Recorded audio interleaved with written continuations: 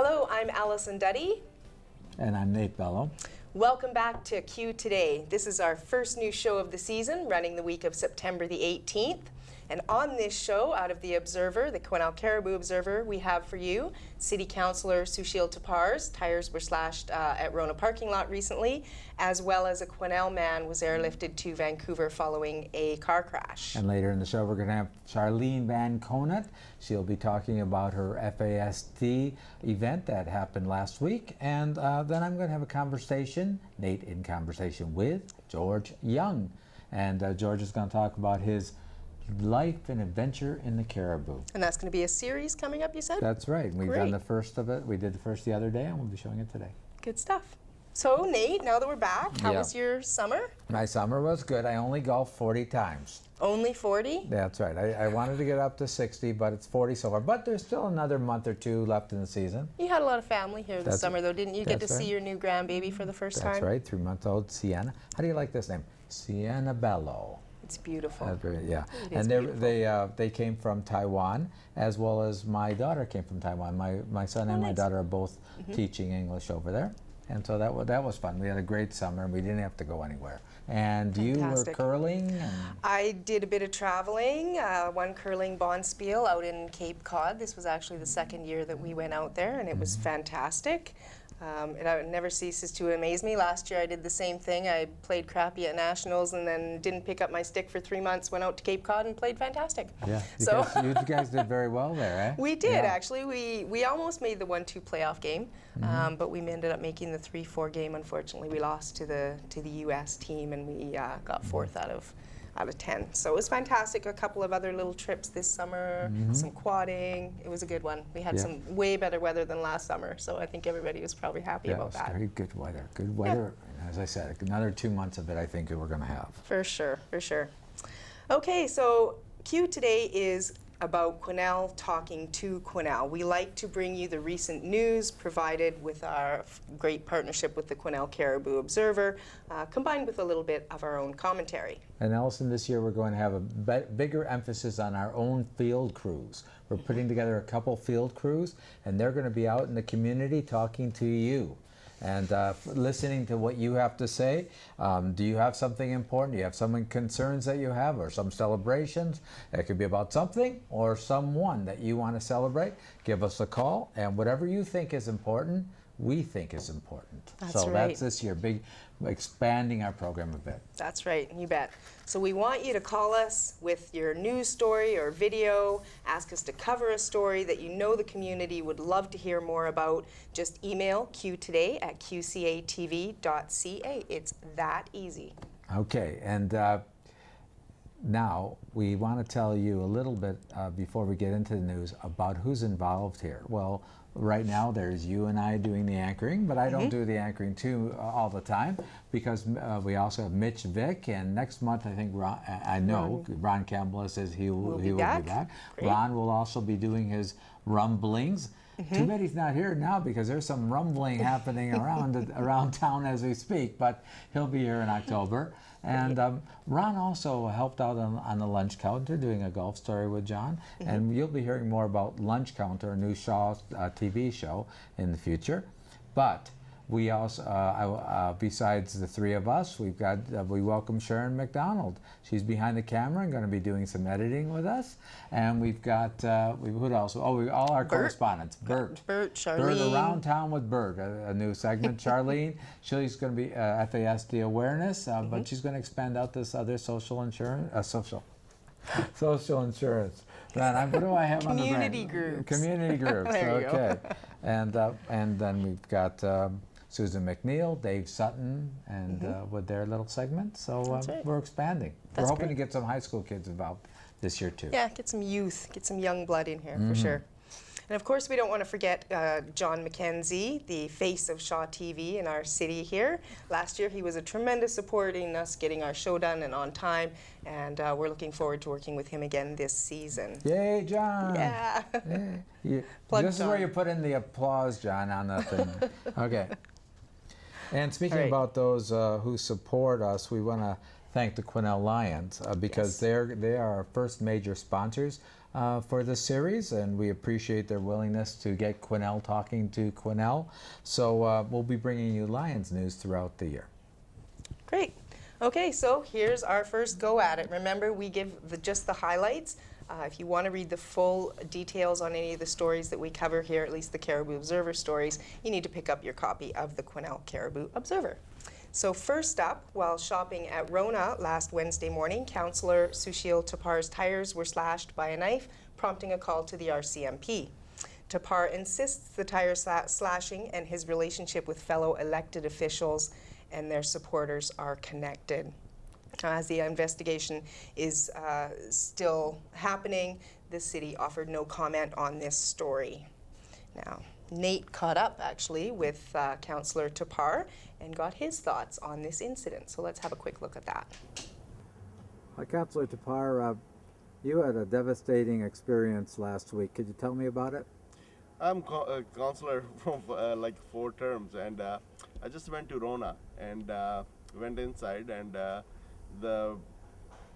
was buying some stuff, and within 10 minutes a guy shows up and he said, "You're who owns that silver truck?" And the back tire is going flat. So I go outside. I said, "I own it." And in the meantime, I seen those people has been described to the RCMP, and they know, so they are investigating. And those both tires were slashed with knives. What tires were they? Want to show us? They were on the other side of the passenger, and so the tires were slashed. The front passenger tire was slashed, as well as the back tire was slashed. So I have filed a claim and complaint also at the same time. So to me, it's a very going low to the stupid level where we have this is what we call Canada, and I can imagine it happens in third world countries, but when greed is to the max and people are desperate to do anything, but that still doesn't stop or make me change my way. It's a public money, and it's a public finance, and they have the right to know every penny how that gets spent, and people are trying to hide it behind in camera and all those things. It's not gonna work because I'm determined to put it out, and people want to know what's going on. So you actually suspect that this assault on your car was politically motivated? Oh, I have no other enemies because I live here from over 20 years, and I'm a councillor for 4 terms. That's my 4th term. They were not able to control by calling lawyers and all that other things, trying to keep it under the carpet, and it's coming out. I'm bringing it by the law how it should be, and it shouldn't be that way. They should be disclosing it all by itself, but it's a desperation. But to me, it's a community. That's how I look at it. And what do you want to see happen now? Well, I think people need to know. People need to know. Council has trying to prevent me going to the UBCM and doing all those things, and there are people they are worried. To me, what is open, honest, and a transparent government? If that's how you are going to define it, I'm determined to put it out. Anything else you want to add? Well, I just like to thank you, the public, and there's a lot of people, they have called me and they showed sympathy, and they're willing to look after, and they're watching our street, and they're watching where I park. And so I have a lot of supporters and lots of good people who came, and some offer, oh, they can help. I don't need that help, but I need a lot of support, and people have to watch. I'm speaking out, and that's what is happening in Canada. Is that what we call Canadian politics? Is that how the level of Canadian politics is?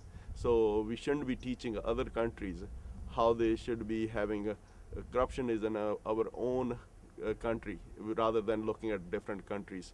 We have it here. We don't have to go far looking for it. Thank you very much. Okay, go. Okay, I'm sure we're going to hear more about that in the future.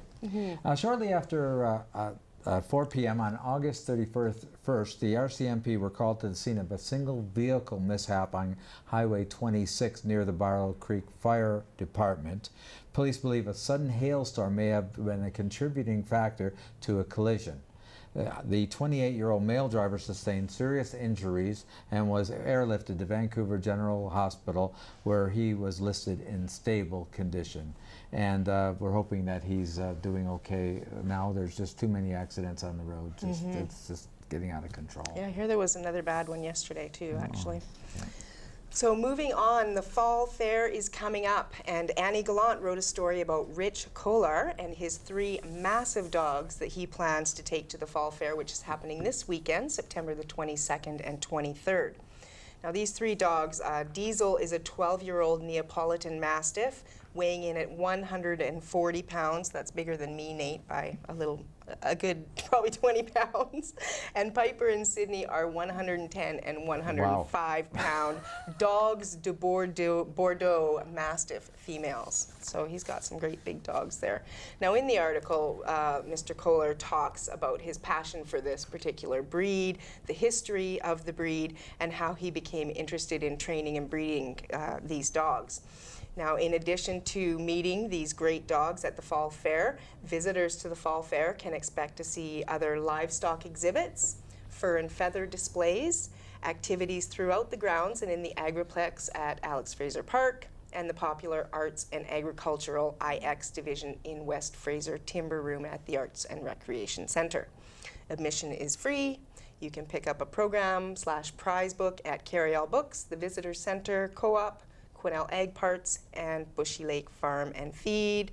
Just a couple numbers for you. You can contact Lisa at 250-992-9317 or Judy at 250-747-4315 or email quesnelfallfair@gmail.com. So get out there this weekend. I think the weather's supposed to be nice. Should be a good one. So the dog's Neapolitan. You know, I'm also Neapolitan. But so what are you saying, Nate, that you're related? I'm a big guy.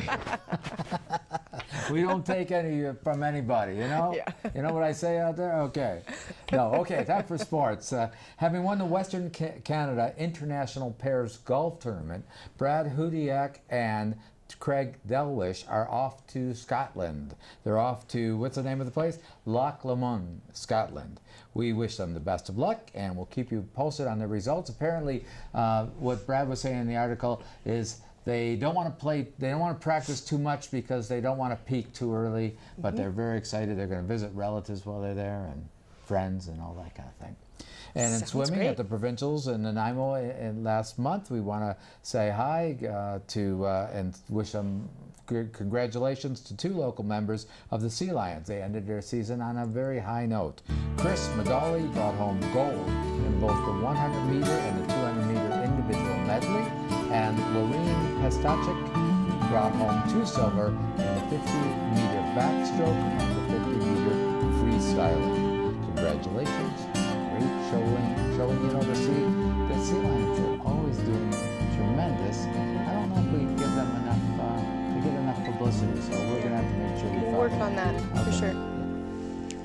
All right, moving along. Saturday was a big day for the Big Brothers Big Sisters golf tournament, as Nate alluded to earlier. They had their biggest turnout ever with 10 teams having a tremendous time playing a fun Texas Scramble event. What's Texas Scramble, Nate? That means that you can be terrible and still have fun. Okay. Everybody just shoots, and then you go to the best ball. Oh, I see. The best So of the all you 4. really need is one good One player on half your team. Decent. Yeah, right. Okay, got so it. it's kind of nice like that, yeah. Okay, so apparently they raised over $6,000 towards their programs, and after the game, everyone sat down to a great barbecue. There was prizes for everyone. Maggie Bello, whom I assume you know her. quite well, That's Nate. right, yeah. She's the executive director there. She was ecstatic. A couple of quotes here. She says, "It was a great golf tournament. We thank all of our sponsors, our players, and everyone who gave pledges. Special thanks to the local businesses who donated the prizes."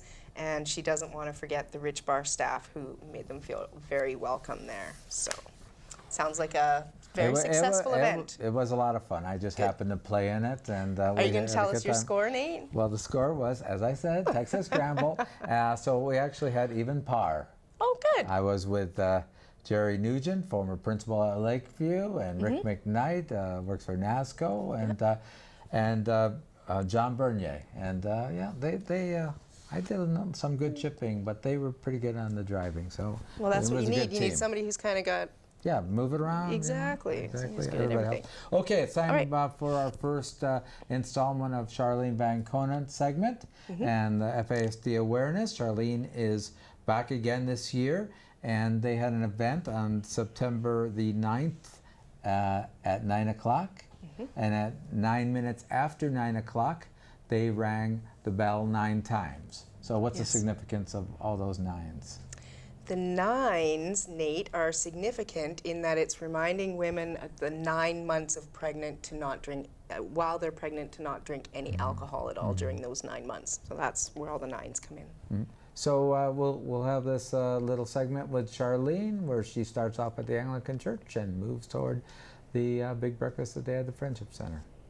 So welcome back. My name is Charlene Van Conant, and I am the FASD Resource Outreach Worker for a community of Quesnel, and I work out of the Quesnel Tillicum Society, which is also known as the Native Friendship Center.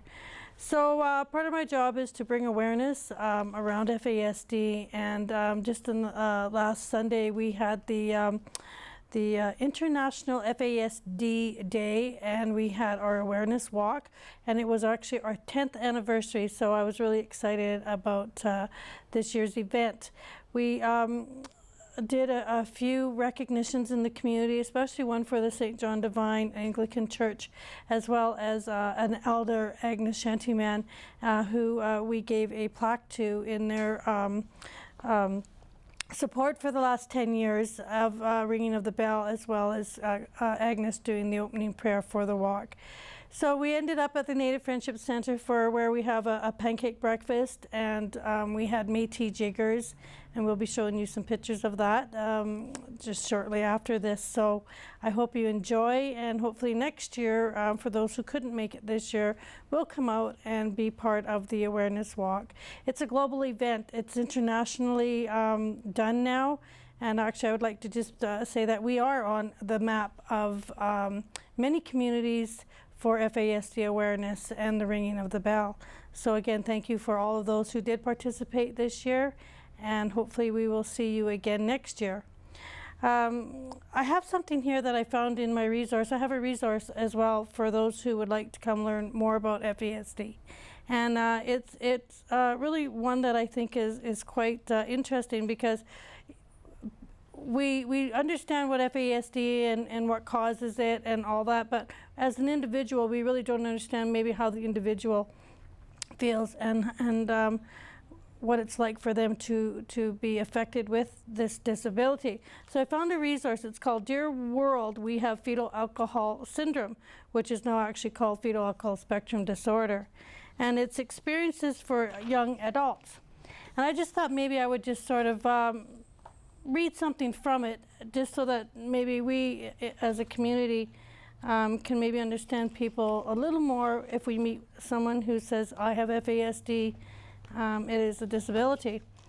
I should actually also commend the people who wrote this, and it is from the FAS/E Support Network, Sandy Berg, Karen Kinsey, Jen Lutke, and Donna Wee. And I would like to just read a little piece from an individual in here who has FAS. It says, Dear World, I would like you to know that it isn't easy having FAS, that it is hard in school. I need someone to explain things in a way I'll understand. Math, I can't do it. I have such a hard time. It's hard to make friends. I am very shy and quiet. The friends I do have are very special to me. FAS isn't what I wanted, but I got it, and I have to live with it. I have to deal with it, and have to get used to it. That's all I want to say. Later, Nancy. So that's just one person who's in this book who expresses what it's like for them to have FAS. So I'm thinking maybe each time I'm here, doing a talk on FASD. I will read something from this just to give us a better understanding of what it's like to be the individual with FAS/FAE. So again, I hope you enjoy our pictures that we have for our event this year on FASD Day, and thank you for being here.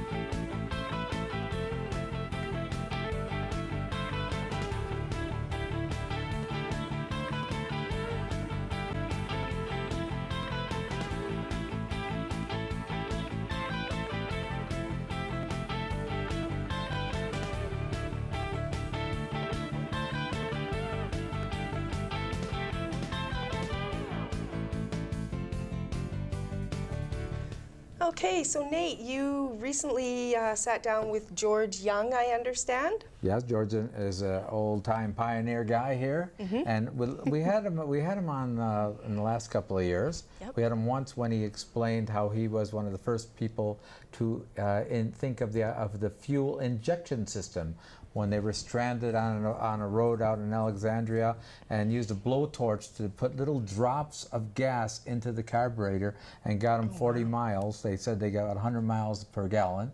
And actually, it sounds like a far-fetched thing, but Shell actually was interested in the idea, and they actually, with Alex Fraser, the famous Alex Fraser, our MLA, was able to hook them up with Shell, and they got a big bonus for doing that. And then I had him on another time to talk about his life at NASCO, because he did spend a lot of time at NASCO. So now what George has done is he's created all these albums, and we're going to have a series of George's great adventures in the Cariboo. And this first one talks about George and and he has his parents' photographs, and we go through them and just look at some really neat old pictures while he explains. That sounds fantastic. I look forward to seeing it. So let's take a look right now at Nate in conversation with George Young. I'm here with George Young. Hi, George. How are you? How are you doing today? Good. That's good. So long time no see. Yeah, it's been over a year, eh? Yeah, Something like that. and last time we did 2 programs last year, and one was about the Blowtorch. road torch, and that was where you got the help of Alex Fraser. Yes. And Shell, and you you became the first fuel injection king in the whole world, right? Well, not really. I think it's been done before, but yeah. But anyway, Yeah. we did invent a fuel-injected system for vehicles. Yeah. That's right, and that was amazing. John McKenzie doesn't know about that one because it was before his time. But for the people out there, and John, they were out in the middle of nowhere, and they had to figure out a way to get home with only a little pint of gas or something like Right. that. Yeah. Yeah. So what did you do? We put it in a blowtorch and tied it on top of the carburetor and turned it on and drove about 40 miles on about 2 cups of gas. So we sold the idea to Shell Oil, and Yeah. it was fuel injected, eh? That's right, and it helped you along throughout your life. Right. Yes. Yeah, Shell wanted to have the rights to that. And then you came on another time, and we talked about? Yeah, we went to, out at Nasco and to the home ranch, Pan Phillips and that, and we took the pictures from Quesnel out to Kluskus and showed the different people and different things, how it was back in the early days. And It was fun. yeah. It was fun. I liked the little stories about Pan Phillips and his personality and Right. all that. And now we were talking over the summer, and you went to a lot of work and have prepared a number of other albums. Right. How many have you done? I've done 6 albums now, and it starts as I was born in Quesnel, and we lived about 35 miles south of here, and we moved to Newest Minister in 1945, and I sat on my grandma's knee, and she showed me the albums of the pioneer days when they lived back in the 30s, and my parents had bought a place called the McGinnis House, and it was a roadhouse, and when we were 7 years old, we came back to the Cariboo, and all the pictures are about what I seen as a 7-year-old riding in a great big 3-ton truck. All right. Well, and then it keeps going on through your family history right up into the 1970s, 60s, 70s. Yeah, about the 60s. Yeah. About the 60s. 65. I'd say, Okay. yeah. So what this is a long, a lot of stuff to go through, and it was really interesting. We got a lot of good comments when you were on before, as I said. So what we're going to do is create a series. And maybe every other week or so, Yeah. we'll come in between now and Christmas time, and we'll go through your albums, Yeah. and we'll just enjoy the old times, and a real good, excellent part of the history of the North Cariboo. Right. Yes. Okay. Yeah. So I'm ready to go, and we'll open up the big book here, and we will be showing pictures on the screen as we do this. Right. And this starts with your parents, doesn't it? My grandparents. Yeah. Yeah, your Yeah. grandparents. Okay. Yeah. And these. I think it's not running. Okay, we're going to take a look at that on another show. So these are just Okay. pictures coming through to the Cariboo and different things about the Cariboo, like try to give you an example of what it was like, how the road was. All right. Yeah, good. Oh, that's kind of nice. Yeah. Okay, we'll put that back in Oh, yeah, just yeah, a little bit. Yeah. We won't show these pictures, but look at that. Yeah. That's Quesnel. Oh, that's Yeah, Quesnel that right was, at the cairn not there. like it is now, Right, is it? No, this but one actually here it was was pavement And back there's the then, cattle. like in the 50s and that, eh? Right, And and the a Fraser few years Canyon, ago I they guess, tried was to have easier a look after 'cause reenactment. something I'm not to sure if scrape it John, down for getting because this the on rocks there. always come down, so they can put the blade and go down it easier, eh? No, this is all one. We're doing it right this second. And this is just thrash But, machines a and few different years things ago, that we used to we share the had a crops, like reenactment when of a everybody did cattle crop. drive Then we'd because take our it trash machine up was there, and then 50 they'd year- help us no, with that. And 75 that's how it went. years that This this picture's bridge was over built, here. and then we are actually the- did a when you rebuild put the just a couple railroad years in, ago. and this is And there they the are. steam engine there, and when this is a steam engine pushing a machine here, and this is carrying the All right. tracks where they're laying it down. Keep it down to 5 kilometers. Yeah. Or, Yeah. I don't know, 1 mile an hour or something. Yeah. Did this happen every year, year in, year out? Yeah.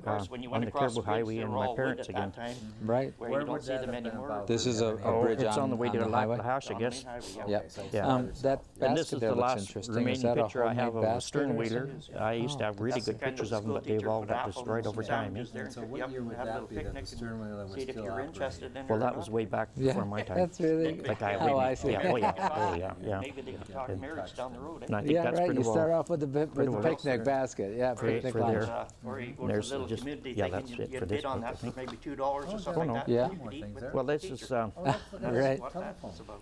okay. Wow, We amazing. got a telephone directory Okay. there, Wow, this is something I 1956. recognize So- even today. Yeah, They and haven't That's my changed time much. now. I'm already The eight blue years old there. stratus was an So, aftershave the, and a cologne and it stuff like seems that. like, And Old can you Spice, imagine the I don't know about difference Old in Spice, but I know 50 this one years here from has having been a telephone discontinued quite a while directory ago. and there were the- still and the, phones like this over wheelbarrow there here. to nowadays It's with quite their an little old one, but it had the smartphones. cover Yeah, over well, top this of the phone here, wheel, it which had Oh, a crank on interesting. the Yeah, side you here. don't see that. And our number was No, long, too short and long, And eh? of course, our And our this wooden is how the barrels and magnets stuff work, like the that, they weren't batteries very in good there for and making a stuff fire like road, that. but And they I were do good will for show you everything later else, on. eh? I have the telephone And these numbers are of just, different people in the faded area and away stuff like that. albums, But pictures, this phone and Yeah. here, when you how phone much somebody value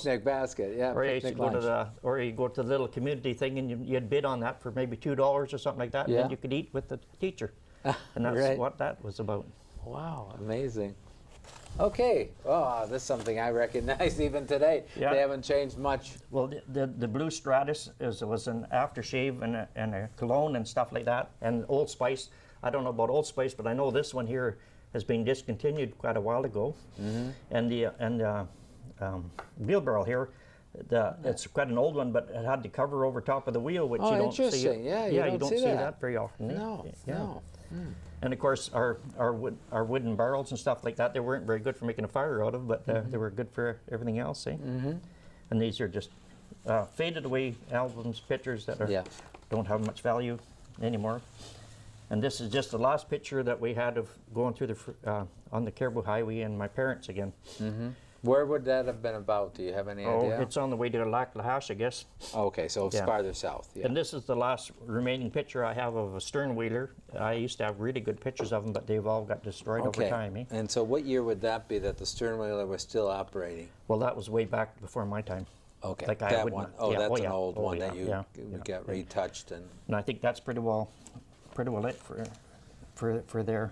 And there's just that's it for this book, I think. Oh, we got Oh, no. a few more things there. Well, this is Oh, let's look at that telephone. okay. You got a telephone directory there, 1956. So, and that's my time now. I'm already 8 years old there. So it seems like, can you imagine the difference in 50 years from having a telephone directory, and there were still phones like this over there, to nowadays with their little smartphones? Yeah. Well, this phone here, it had a crank on the side here. Yeah. And our number was a long, too short and a long, eh? And this is how the magnets work, the batteries in there and stuff like that. And we'll show you later on, I have the telephone numbers of different people in the area and stuff like that. But this phone here, when you phone somebody, it rang in everybody's house, and so you'd hear click, click, click, click all the way down the line, and of course everybody would be listening in on the thing. So if you were telling a story, you'd tell the juicy one, and then Right. it got all over the community. Eh? Yeah, exactly. Yeah. The 'Cause old telephone. Instead of putting it in the paper, we could just tell it on the phone, and then everybody would tell the story around. See? Right. And I think that's let's just. here we are here. Oh, and there are some numbers. Okay, Yeah. There's and Young. There's. Young, yeah. W.R. Young, Marguerite, 1U, and Oh, that was after the two shorts and a long. yeah. Okay. That's getting more modern now. Yeah. Yeah, and then there's Beast and Monarch, and he had 3 or 4 Right. gas stations and stuff like that. Wow, that's really interesting. Yeah. And and that's and then the Beach Taxi and Beef Motors and Baker Creek Store, Baker Service Station, and stuff like that. And this is my brother, and they did up the 3 hillbillies for the Canal Hillbillies in the parade. Eh? And that's a 1924 Star car. A different parade, not the Billy Barker before that. Yeah, that's a 1924 Star car. I believe it Okay, is, yeah. last page here.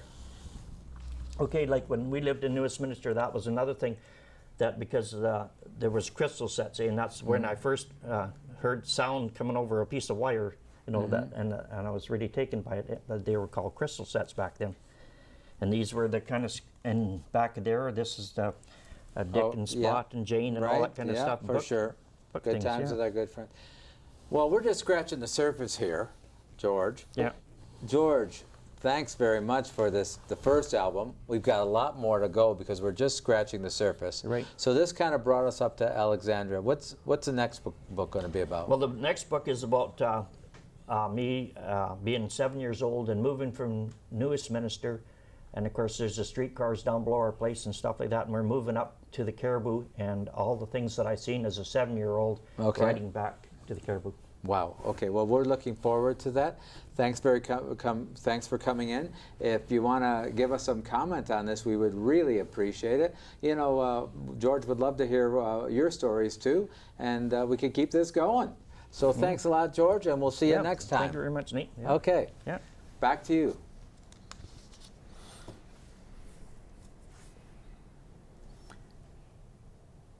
Okay, it's time for Sutton's Shutters. Sutton's Shutters. Did you say that? Say that fast 10 times. Sutton Sutton Shutters. That's right. Well, last year, we had Dave Sutton.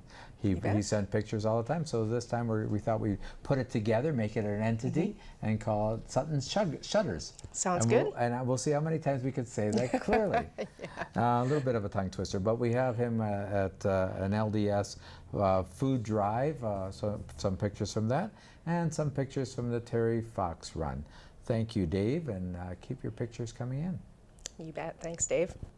And now from the archives. We're happy to say that from time to time we get people calling us and saying, hey, what about that interview? I heard it was really good, or I saw it and I'd like to see it again. So we're taking a look at some of the more interesting interviews that we have done in the past, and we're going to rerun them in this little spot called From the Archives. Today we have an interview with that Doreen LaMarche did, an associate of ours, did with Sydney Bradner. Sydney is a great author. She's a local author, but her work goes well beyond the local boundaries. Let's take a look. Doreen LaMarche here with author Cindy Bradner of the Exit Unicorn series, and has just released her third installment, Flights of Angels. Thank you so much for being here, Cindy. Thank you, Doreen. She's also a dear friend of mine, very excited to get to interview her and talk about her latest book and also the life of a writer. So let's start off with one of the most obvious questions for me, which would be, who are your favorite authors? You've written 3 books now, Exit Unicorns, Mermaid in a Bowl of Tears, and Flights of Angels. Who inspired you? Well, I mean, like any writer, I read an awful lot of books, but I would say my 3 biggest influences are Dorothy Dunnett, Diana Gabaldon, and of course Leon Uris, who inspired me to write in the first place, because years ago when I was about 13, I read a book called Trinity, which a lot of people are probably quite familiar with. And that when I finished that book, I remembered thinking, this is what I want to do. I want to write something this big, this epic, that really teaches people something. Right. So how did you come to write these books then? You have a love for literature, that's obvious, but what made you want to, where did this story come from? Well, I have Irish ancestry myself. I'm only the 3rd generation in Canada, so our connections with Ireland are actually quite recent. And I became, as I started to write fiction, I became very fascinated with Irish history itself, because those were my roots. And I was attracted to this particular era, which was the Modern Troubles. So my books begin in about 1968 with in Northern Ireland, Belfast specifically. So this story is fairly modern. It brings a lot of history with it, of Ireland, but from a standpoint of fairly recent past. Do you ever feel inclined or inspired to write something that is further back? Yeah, right now actually I'm working on a novel about the Irish famine, which of course is the mid-1800s. And I was very drawn to that because so many people had to leave Ireland at that time, which of course changed the face of North America, changed the face of the world. Right now they estimate that there's a Irish community from that diaspora of 70 million people worldwide. Wow. So it had an enormous effect on the history of the entire world. Absolutely. Fantastic. So when you are writing, do you have an outline? Do you write chronologically? Does it come to you from beginning, middle to end? How does that work for you? What's that process like for you as a writer? No, I always work within the historical framework, which is very specific. So I think of it almost like the cold frame, you know, a cold frame that you would grow cucumbers or whatever in. So the structure of that is the history. Then the subplots, the secondary storylines, all that kind of stuff that really makes a book a rich experience are like the vines and the offshoots that wrap around that. But definitely the whole underpinning of my books is the actual history. And how does your character development happen? How do you come to know your characters? Do they present themselves to you in pieces? How does that work? Do you know who they are right from the beginning? They present pretty whole for me right from the get-go, but certainly you get to know them more, and they grow as people as you write about them. I've been writing about these characters for a long time now, about 13 years, so certainly I've come to know them a lot better over the years. So let's just take a second then and talk just a teensy bit about the characters, because as a reader, I have a fondness for them. There's a bit of, I won't use the word hysteria, but there is a following that your characters have. Can you just touch on that a bit, what that's been like as far as getting feedback from your readers and how they view your characters and the effect that they've had on them? Many of my readers write me and tell me that these people are very real to them. They consider them friends. They think about them long after the books are finished. They finish reading them and wonder what they're up to, how they're faring. And of course, there's the infamous love triangle of Jamie and Casey and Pamela. And my female readership is very much split down the middle, and they call themselves Casey girls, Jamie girls, right? So there's a definite divide in the loyalties there. But. Right. Well, I'm definitely split in my loyalties as far as Jamie and Casey go. So what inspires you for your storyline and your characters? Where do you get that inspiration from? How does it come to you? Well, certainly the history of Ireland is paramount there. Anytime I go to Ireland, I find that really refills my creative well, and I always find something new to write about. But I tend to think that writers are a little bit like crows. Any little shiny thing they see, right, we have to go pick it up, turn it over, figure out if it's going to be useful. Can I use this in a storyline? And so, I mean, something as simple as I remember running across an old article in one of my dad's National Geographic magazines, and that inspired like a whole section in Exit Unicorns. So you just never know where it's going to come from. Right. And you have a talent for writing the history so well and accurately. That process of research, I think, is dear to you, is it not? Yeah, I love the research. I find it, because you stumble across such wonderful little gems during the process of researching, and it's very important to me, particularly since the history is so recent, that I get it very accurate. In some cases, I'm talking about people who are still alive, people that I've been fortunate enough to actually communicate with, who've helped me with my research, that live in Belfast to this day. So it is extremely important to me to be accurate with that. So as a reader, I certainly have felt that reading the books has helped me to understand Ireland and a history that I knew vaguely at best, and now feel that I have a much firmer grasp and a connection to that history through your characters. So that history became real to me through your characters, and I know that your readers in general appreciate that. Now, let's just talk for a moment about the online world. As a writer, that must have an impact on your writing and on you as a writer. You were recently nominated for an ebook, yes? Yes, the Global eBook Award. So tell me what is that about? How does that happen, and when do you find out whether or not you've won? Well, it's a contest that you enter, but literally thousands of people from all over the world enter their books. So you kind of enter and forget about it because you aren't too sure that it's gonna, the odds are fairly slim.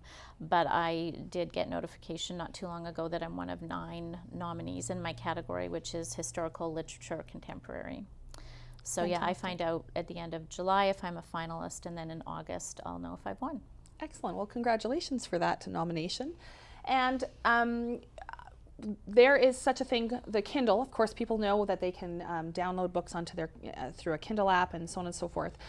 You just had a recent experience with a Kindle Select. Can you tell us a little bit about what that is? Yeah, well, with Kindle Select, you get 5 free days within a 90-day period where you can offer one of your books for free on Kindle, which we chose to do just last weekend, and didn't have any experience with it, but just did the best we could with marketing and what have you. And then I really depended on my fans to get the word out, and they did it in a big way because we had 12,000 copies of Exit Unicorns downloaded over a 3-day period. It also helped to really open up my market in Germany and the UK as well, because we had a significant amount of downloads over there too. So. Excellent. So more congratulations are in order for that. Oh, thank you. I guess one of the most important questions is, where can your readers find the book? Where can they find your books, all 3 of them? Well, here in town at Carryall Books, all three are there. And also on Amazon.ca, Chapters.ca, Amazon.com, where you can buy it in all the various forms, ebook and hard copy. And Excellent. Okay, so they can also go on your website, yes? yes, www.exitunicorns.com. Okay, perfect. And if you do that, you actually can be fortunate enough to have her sign a copy for you. And if you're local, you can come and pick it up from her. I do believe I have done that myself. Okay, so there's one other question that I've been interested in that I think that new readers might be interested in. The titles to your books have Exit Unicorns, Mermaid in a Bowl of Tears, and Flights of Angels have a very maybe mystical or fantasy feel to them.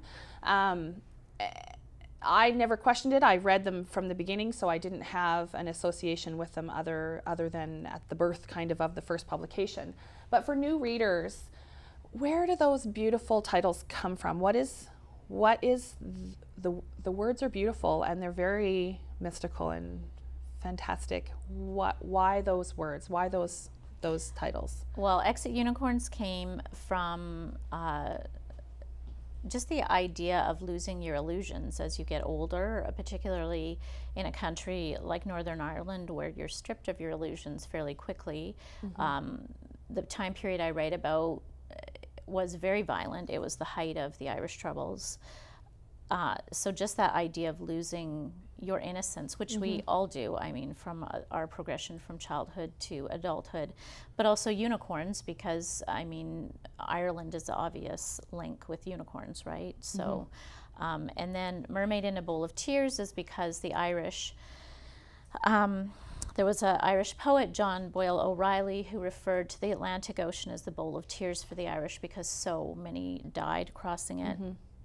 And it was a sad occasion to have to cross it. You were leaving behind your family. In fact, in Ireland, they held something called American Wakes, which was your farewell party before you left for the Americas, because odds were you were never coming home. You would never see your family again. So it really was like a wake, essentially. And you might not even make it. Yeah. Yeah, Right. The odds of actually making it across the ocean in the first place were not high. And then the mermaid, it just refers to the main female character, Pamela. Right, who's one with the water. Okay, so thank you so much for being here, Cindy, and please make sure that you pick up her newest book, Flights of Angels, and find her other books, Exit Unicorns and Mermaid in a Bowl of Tears, and have a read. Thank you so much, and back to you. All right, now it's time to take a look and see what's happening locally with our community calendar.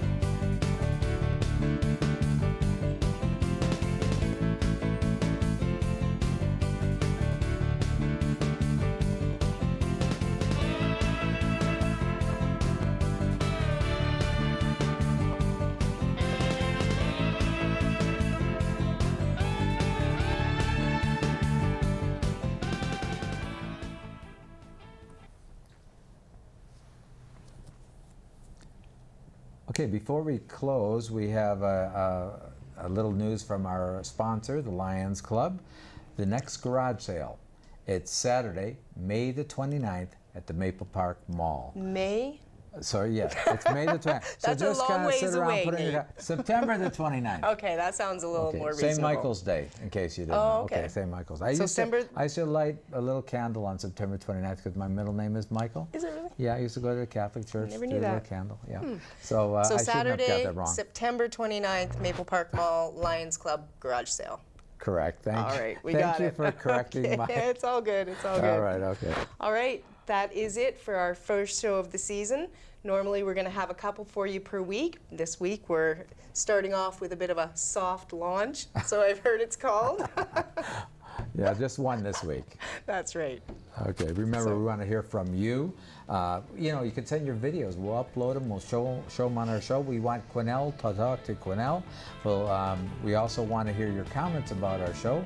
It's Q Today at qcatv.ca.